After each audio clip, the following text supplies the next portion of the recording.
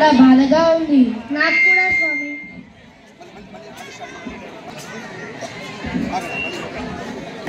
నాకు చాలా బాధగా ఉంది. నాకు మైకి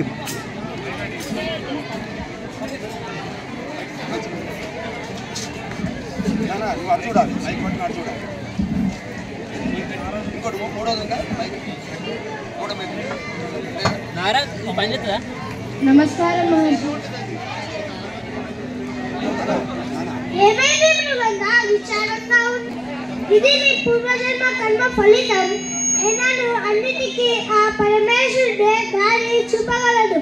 మీరు భక్తితో ఆ పరమేశ్వరుని ఆరాధించండి, అంతా మంచి జరుగుతుంది.